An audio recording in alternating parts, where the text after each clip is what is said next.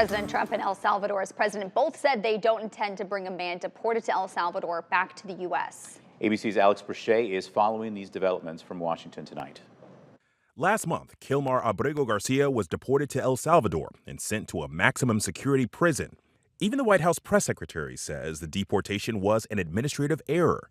In a 9-0 decision, the Supreme Court ruled that the Trump administration must facilitate Abrego Garcia's return, finding that his removal to El Salvador was illegal.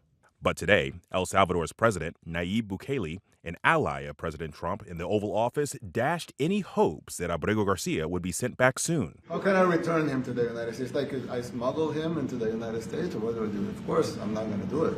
Bukele struck a deal with the Trump administration to accept more than 200 Venezuelans deported from the U.S. for $5 million. I'm not very fond of releasing terrorists into our country. We just turned the murder capital of the world into the safest country of the Western Hemisphere. We have millions of people that should not be in this country that are dangerous.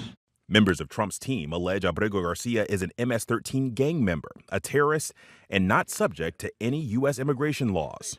That if this individual, at El Salvador's sole discretion, was sent back to our country, that we could deport him a second time. Secretary of State Marco Rubio today even suggesting that the administration should not have to obey court orders. Foreign policy of the United States is conducted by the President of the United States, not by a court.